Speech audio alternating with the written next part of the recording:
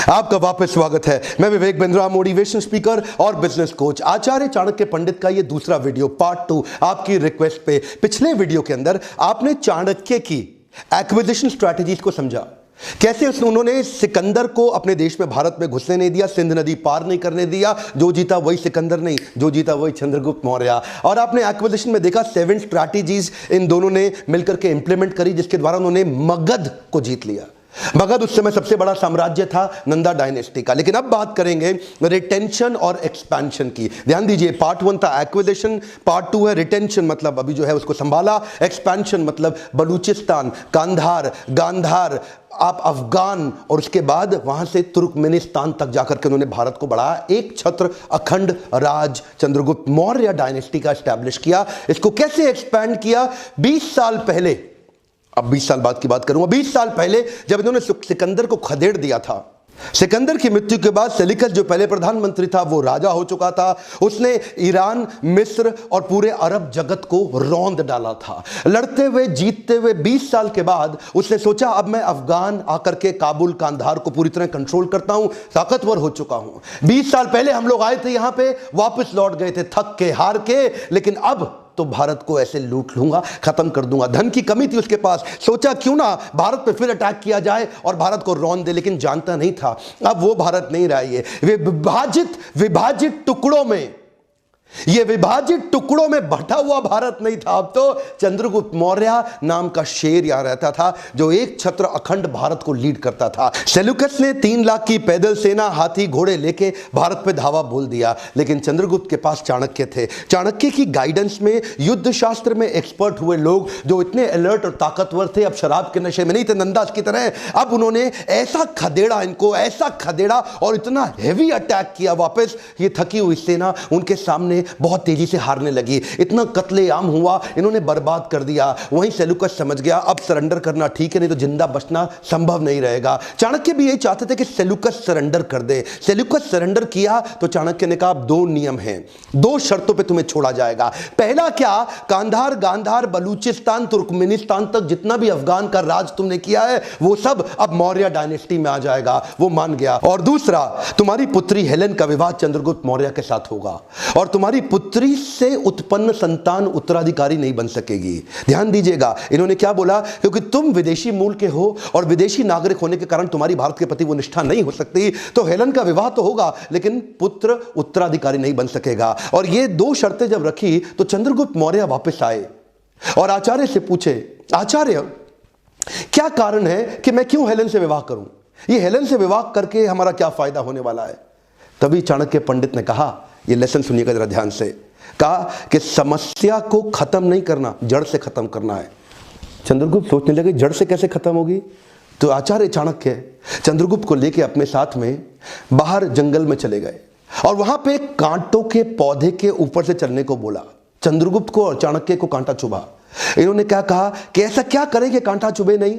तो चंद्रगुप्त बोले कि इस कांटों की झाड़ी को उखाड़ दो। चाणक्य बोले रुको। चाणक्य एक मीठी लस्सी, एक मीठा मट्ठा लेकर के आए और उसके बाद उन्होंने उस कांटों के पौधों की जड़ों में डाल दिया।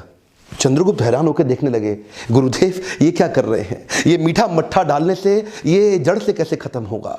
वहीं चाणक्य पंडित बोले, जैसे ही मीठी लस्सी आएगी इसके बाद चींटियों का अटैक पड़ जाएगा इनकी जड़ों पे, और जड़ों तक जाकर के उस मट्ठे को चाटने और खाने के लिए चींटियां खत्म कर देंगी, इसकी जड़ों को उखाड़ के बर्बाद कर देंगी और ये मृत हो जाएगा। ठीक उसी प्रकार एक बार तुमने हेलेन के साथ विवाह कर लिया तो ये जो यवन है ना, ये दोबारा अपने ही घर परिवार में अटैक करने नहीं आएंगे।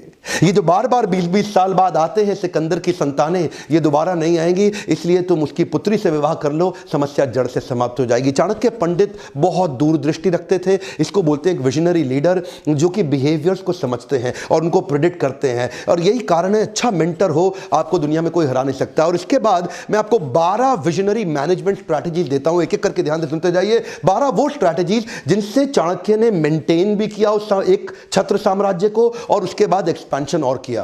पहला management principle, disruption of corruption. Chanakya Pandit जानते थे कि करप्शन को समाप्त करना जरूरी है। करप्शन जो आज भी हमारे देश के अंदर पूरी तरह से व्याप्त हो रखा है, आप और मैं सब उससे पीड़ित हैं। चाणक्य पंडित जो पहले विजनरी लीडर हमारे पृथ्वी के 2300 साल पहले उन्होंने ऑडिट मैकेनिज्म चालू कर दिया था। ऑडिट मैकेनिज्म जो आज ऑडिटिंग कंपनीज हैं, चाणक्य पंडित तब से ऑडिट करते आ रहे हैं। ट्रांसफर सिस्टम रखा हुआ था कि किसी भी लीडरशिप पोजीशन पे एक आदमी को लंबे समय तक नहीं रखना, उसका ट्रांसफर करते चले जाएं। आपको जान के गर्व होगा कि पृथ्वी का पहला कॉन्स्टिट्यूशन पाटलिपुत्र भूमि की उपज है। यह कॉन्स्टिट्यूशन को भी धर्म के रूप में एस्टैब्लिश कर दिया। हर देशवासी को कॉन्स्टिट्यूशन मानना होगा। ऑडिट मैकेनिज्म के थ्रू सबको कंट्रोल करके रखेंगे। दूसरा मैनेजमेंट प्रिंसिपल, किसी भी चीज को एग्जीक्यूट करने के लिए 6 point plan of execution ability build करते हैं। क्या होता है ये 6 पॉइंट प्लान? ये हर काम को करने से पहले ही डिसाइड करते थे 6 चीजों को कि हमें करना क्या है, कौन करेगा, कैसे करेगा, कब तक करेगा,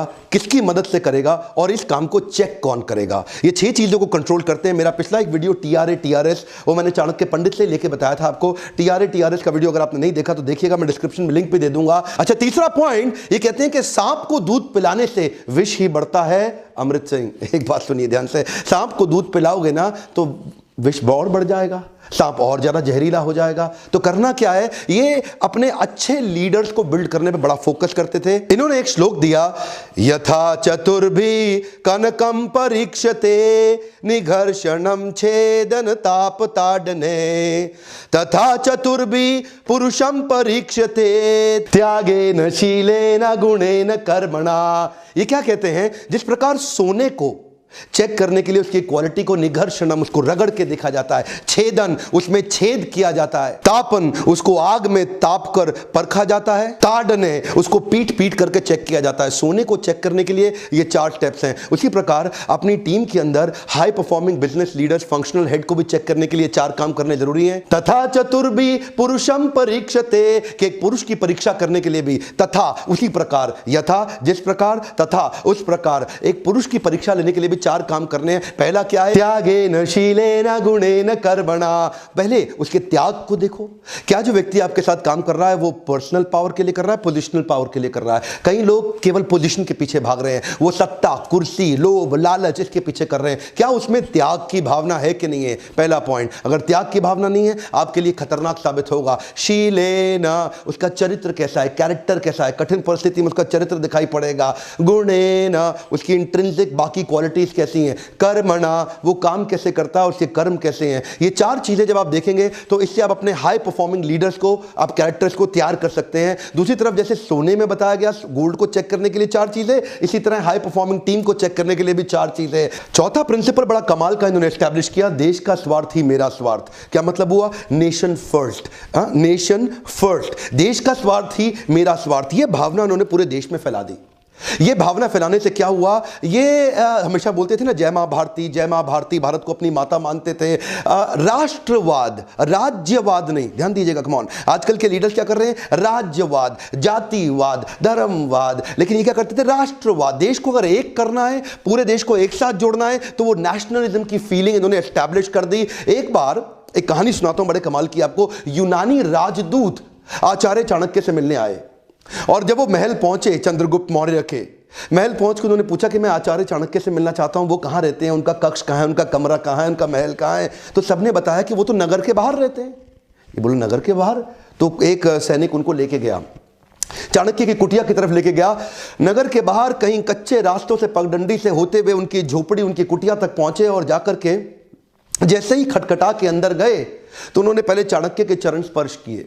चरण स्पर्श करके उनको प्रणाम किया और बोला, आचार्य आप तो प्रधानमंत्री हैं, आप तो महामंत्री हैं, आपको तो चंद्रगुप्त किसी भी समय एक अलग महल बनवा के दे देंगे, तो आप इस कुटिया में क्यों रहते हैं? चाणक्य ने जो उत्तर दिया जान के बड़ा खुशी होगी आपको। चाणक्य कहते हैं, अगर देशवासियों की कड़ी मेहनत, पसीने, खून की कमाई के दम पे मैं महल में रहूंगा तो मेरे देश की जनता को कुटिया में ही रहना पड़ेगा। खमोन, ध्यान दीजिए, अगर आपके टैक्स के पैसे से मैं महल में रहा तो आपको कुटिया में रहने के लिए मजबूर होना पड़ेगा। इसलिए मैं कुटिया में रहता हूं ताकि अपने देश के दर्द को समझ सकूं। इसीलिए कहते हैं कंट्री फर्स्ट, देश के स्वार्थ में मेरा स्वार्थ। एक बार एक चीनी नागरिक इनसे मिलने गया, इनसे पर्सनल गाइडेंस लेने के लिए।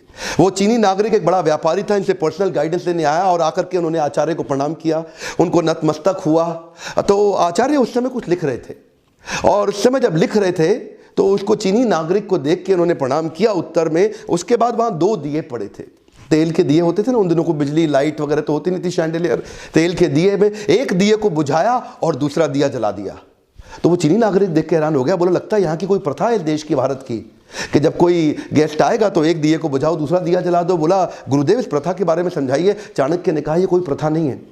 वो जो पहला दिया था ना उसमें जो तेल था वो मेरे देश का तेल था, क्योंकि मैं देश के काम के लिए उसको इस्तेमाल कर रहा था और लिख रहा था और देश का काम इस समय कर रहा था। पर अब तुम मुझसे पर्सनल गाइडेंस लेने आए हो तो मैं देश के तेल को इस्तेमाल नहीं कर सकता दिया जलाने के लिए। ये मेरा पर्सनल तेल और मेरा निजी दिया है, इसको जला रहा हूं क्योंकि पर्सनल डिस्कशन हो रही है, इस समय देश के लिए नहीं हो रही। चाणक्य की बात सुन के, उनकी ईमानदारी और राष्ट्र निष्ठा को देख के वो वही नतमस्तक हो गया, उनके चरण स्पर्श किए। चाणक्य ने इस प्रिंसिपल को एस्टैब्लिश कर दिया, कंट्री फर्स्ट, जिसके कारण देश दोबारा टूटा ही नहीं कभी। अगला प्रिंसिपल, बुद्धिमान इंसान गोपनीय ज्ञान को गोदाम में रखता है। ध्यान से सुनिएगा, बड़ी कमाल की बातें हैं यहाँ। एक जो सबसे बुद्धिमान व्यक्ति है वो क्या करेगा, एक गोपनीय ज्ञान को गोदाम में, गोदाम मतलब क्या होता है, जैसे बेसमेंट में छुपा हुआ, अंदर दबा हुआ, गोदाम के अंदर। यानी कि चाणक्य कहते हैं अगर आप अपनी गोपनीय बात को पचा नहीं सकते, छुपा नहीं सकते, तो कैसे विश्वास कर लोगे कि दूसरा पचा लेगा या छुपा लेगा। अगर आप अपने सीक्रेट को सीक्रेट नहीं रख पाते तो दूसरा कैसे रख लेगा। इसलिए अपने कॉन्फिडेंशियल मैटर्स, अपने सीक्रेट्स को सब में पब्लिक ना करें, उसको गोदाम में छुपा के रखें। यह बुद्धिमान इंसान की निशानी है। थोड़ा तेज चलूंगा क्योंकि वीडियो तो बहुत लंबा बनाने का मन करता है, लेकिन आप लोग के पास समय कम है ना। तो छठा पॉइंट है, evaluate the self interest in relationships. Her relationship किसी ना किसी इंटरेस्ट से जुड़ा हुआ है। चाणक्य कहते हैं कि कोई भी ऐसा रिलेशनशिप नहीं है, ये कड़वी सच्चाई है संसार की, जिसमें कोई भी इंटरेस्ट ना हो। हर रिलेशनशिप में कुछ ना कुछ इंटरेस्ट है। पर वो ये कहते हैं कि अपना इंटरेस्ट और सामने वाले का इंटरेस्ट दोनों को इवैल्यूएट कर लो। अगर सामने वाले का इंटरेस्ट आपके लिए खतरनाक नहीं है, अगर सामने वाले का इंटरेस्ट आपको कोई बड़ा खतरा नहीं देने वाला, तो ऐसा रिलेशनशिप ठीक रहता है, उसमें दिक्कत नहीं है। सातवां पॉइंट, कमजोरी का प्रदर्शन आपको और कमजोर बना सकता है। क्या मतलब हुआ कि जैसे सांप जिसका भी जहर नहीं है उसको भी फुफकारना नहीं छोड़ना चाहिए, क्योंकि अगर सबको पता चल गया कि ये सांप जहरीला नहीं है तो उस सांप का बड़ा बुरा हाल किया जाएगा, उसको लोग बहुत तंग करेंगे।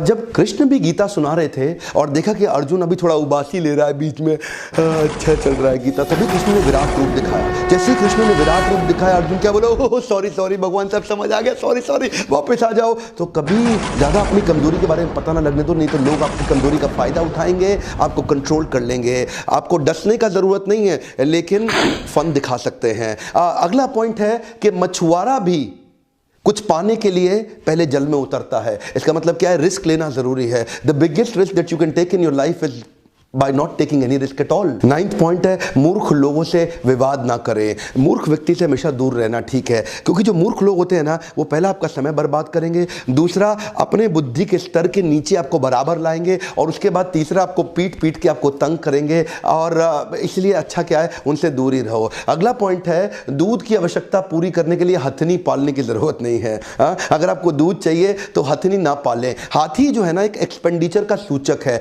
यानी कि जब भी कुछ एक्सपेंशन कर रहे हो किसी जरूरत के लिए, अननेसेसरी बड़े बड़े एक्सपेंडिचर करने की जगह कोशिश करें कि अपने आप को एकदम स्लिम, एसेट लाइट रखें। आपने मेरा मॉडल सुना ना, फ्लाई लाइट, एसेट लाइट, ये चाणक्य पंडित ने उस समय सिखाया था कि जब भी एक्सपेंशन कर रहा हो कोशिश करें कि कम धन के अंदर किया जा सके। हथनी के बिना ही दूध का भी अरेंजमेंट किया जा सकता है। जब आपको पेट्रोल भरवाना हो गाड़ी में तो आप पेट्रोल पंप नहीं खरीदते हैं। जब आपको घर में दूध 2 लीटर मंगाना हो तो आप 10 गाय नहीं खरीद लेते हैं। उसी प्रकार जब आपको एक्सपेंशन करना हो, जबरदस्ती अपने एसेट ना बिल्ड करें, फ्लाई लाइट। 11वां सूत्र है, शराबी के हाथ में दूध का ग्लास भी शराबी समझा जाता है।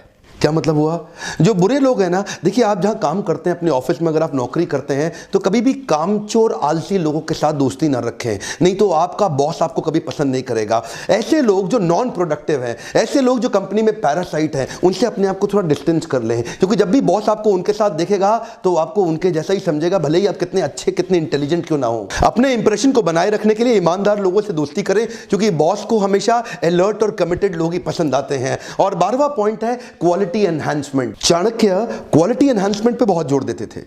जिस प्रकार एक लकड़ी में दीमक लगी हुई लकड़ी जल्दी नष्ट हो जाती है, ठीक उसी प्रकार किसी राज्य का शासक अगर अशिक्षित है तो वो राज्य का कल्याण कभी नहीं कर सकता। देखिए, विद्या ही निर्धन का धन है। कम ऑन, एक बात और, क्या विद्या ही निर्धन का धन है? विद्या एक ऐसी चीज है जो कभी चोर भी चुरा नहीं सकता, दुनिया में कोई चोरी नहीं कर सकता। इसीलिए विद्या पे वो शिक्षक होने के नाते उन्होंने शिक्षा देकर के ही चंद्रगुप्त मौर्य को खड़ा किया था। इसीलिए चाणक्य पंडित कहते थे कि धर्म और जाति के हिसाब से शासक को नहीं चुना जाना चाहिए, काबिलियत के हिसाब से शासक को चुना जाना चाहिए। ये आज के वोटिंग सिस्टम में भी बहुत इंपॉर्टेंट है। लोग अपने धर्म और जातियों के चक्कर में गलत जगह वोट दे आते हैं। वोट हमेशा उसको देना चाहिए जो काबिल है, वो नहीं जो आपकी जात का, आपके धर्म का है। जो काबिल है, काबिल व्यक्ति ही एक्चुअली देश को बदल सकता है। आप जाति और धर्म देश को नहीं बदल पाएगी। हां, एक बात और, कोई भी व्यक्ति सफल नहीं हो सकता अगर उसके पास ज्ञान, नॉलेज की कमी हो। इसीलिए मैं रिक्वेस्ट हमेशा आपसे करता रहूंगा, अपने ऊपर इन्वेस्ट करिए, फ्री यूट्यूब के वीडियोस देखते रहिए। ये आज एक और बोनस आपके लिए। जिस प्रकार चंद्रगुप्त को चाणक्य की आवश्यकता थी, ऐसे ही आपको भी आपके जीवन में एक चाणक्य चाहिए। और एक नहीं, कई चाणक्य अब मैं अपने साथ आपके लिए लेके आया हूं। एवरीथिंग अबाउट एंटरप्रेन्योरशिप के प्रोग्राम के बारे में आप जानकारी ले चुके हैं। 1500 रुपए महीने में ऐतिहासिक, अद्भुत, दुनिया का मोस्ट अफोर्डेबल प्रोग्राम। इससे कम पैसों के अंदर इससे पावरफुल प्रोग्राम दुनिया में कोई नहीं दे सकता। क्यों जानते हैं? मेरे साथ में मिलके आपको ट्रेनिंग कौन देंगे जानते हैं? वो कौन चाणक्य है जो आपके बिजनेस में आपकी मदद कर सकते हैं? मारुति के chairman mister R C. Bhargava. Maruti अपनी इंडस्ट्री में नंबर 1 है, वो आपकी मदद करेंगे। फोर्ड मोटर्स के global chairman mister Alfred Ford, जो हेनरी फोर्ड के पोते हैं, वो हमारे साथ जुड़ चुके हैं इस प्रोग्राम में। वो आपको ट्रेन करेंगे। आरओ में हमारे देश में नंबर 1 केंट है, तो केंट आरओ के चेयरमैन मिस्टर महेश गुप्ता हमारे साथ जुड़ चुके हैं, वो आपकी ट्रेनिंग करेंगे। मोबाइल में नंबर 1 शाओमी है, तो शाओमी के इस समय सीईओ मनु जैन आपकी ट्रेनिंग करेंगे मेरे साथ मिलकर के। बजाज कैपिटल के चेयरमैन खुद संजीव बजाज मिलकर मेरे साथ आपकी ट्रेनिंग करेंगे। पैकर मूवर्स में अग्रवाल पैकर मूवर सबसे बड़े हैं, मिस्टर रमेश अग्रवाल मेरे साथ आपकी ट्रेनिंग करेंगे। डॉक्टर्स में डॉक्टर देवी शेट्टी, पद्मश्री, पद्म भूषण हमारे साथ मिलकर आपको सिखाएंगे। डॉक्टर अरविंद लाल पैथ लैब से आपको हमारे साथ मिलकर सिखाएंगे। हमारे देश का नंबर 1 सर्कुलेटिंग न्यूज़पेपर है दैनिक भास्कर, उसके मैनेजिंग डायरेक्टर गिरीश अग्रवाल मेरे साथ मिलकर आपकी ट्रेनिंग करेंगे। एक बात बता रहा हूं आपको, यह दुनिया में पहली बार हुआ है कि इतना बड़ा महाकुंभ तैयार हुआ है जहां करोड़पति, अरबपति लोग आपके साथ प्रोफेसर बनके आपको ट्रेन करेंगे। मेरे वीडियोस के अलावा ये सब लोग जुड़े हुए हैं।